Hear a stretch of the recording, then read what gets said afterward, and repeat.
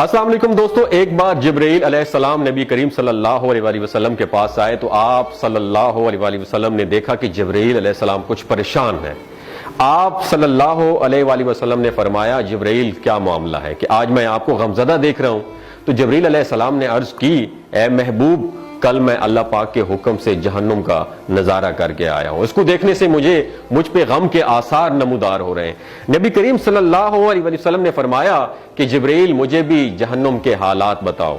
جبرائیل نے عرض کی، جہنم کے کل 7 درجے ہیں اور ان میں سے جب سب سے نیچے والا درجہ ہے اللہ ان میں منافقوں کو رکھے گا، اس سے اوپر والے 6 درجے میں اللہ تعالیٰ مشرک لوگوں کو ڈالیں گے، اس سے اوپر 5ویں درجے میں اللہ سورج اور چاند کی پرستش کرنے والوں کو، عبادت کرنے والوں کو ڈالیں گے، 4تھے درجے میں اللہ پاک آتش پرست لوگوں کو ڈالیں گے، اور 3رے درجے میں اللہ پاک یہود کو ڈالیں گے، 2 درجے میں اللہ تعالیٰ عیسائیوں کو ڈالیں گے۔ یہ کہہ کر جبرائیل علیہ السلام خاموش ہو گئے تو نبی کریم صلی اللہ علیہ وسلم نے پوچھا، جبرائیل آپ خاموش کیوں ہو گئے؟ مجھے بتاؤ کہ پہلے درجے میں کون ہوگا؟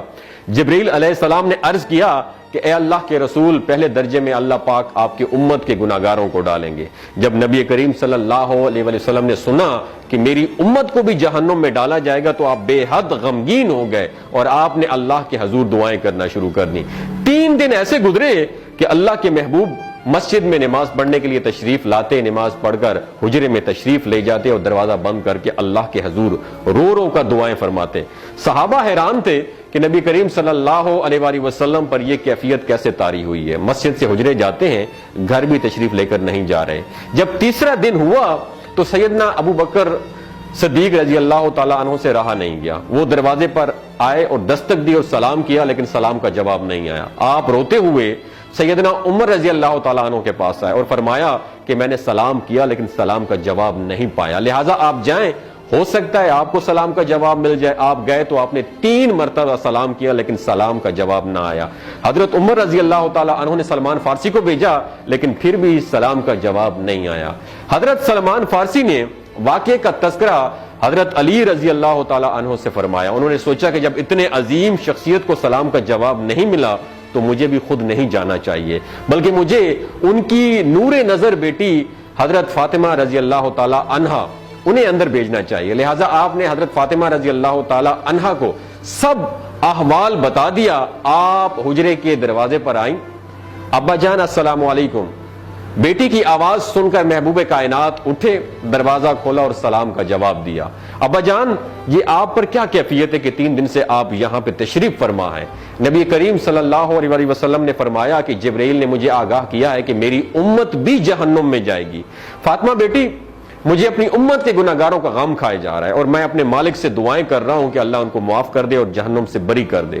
اور یہ کہہ کر پھر آپ سجدے میں چلے گئے، رونا شروع کر دیا، یا اللہ میری امت کے گناہگاروں پر رحم کر، ان کو جہنم سے آزاد کر کے۔ اتنے میں حکم آ گیا، وَلَسَوْفَ يُعْطِيكَ رَبُّكَ فَتَرْضَىٰ، اے میرے محبوب غم نہ کر، میں تم کو اتنا عطا کروں گا کہ آپ راضی ہو جائیں گے۔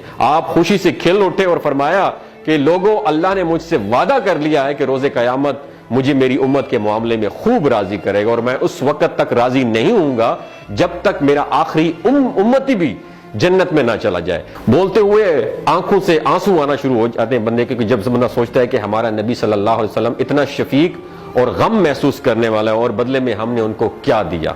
آپ کا 1 سیکنڈ اس ویڈیو کو دوسرے لوگوں تک پہنچانے کا سورس ہے۔ میری آپ سے عاجزانہ اپیل ہے کہ لا حاصل اور بے مقصد پوسٹیں ہم شیئر کرتے رہتے ہیں، لیکن آج اپنے نبی کی رحمت کا یہ پہلو کہیں ہم سے مس نہ ہو جائے۔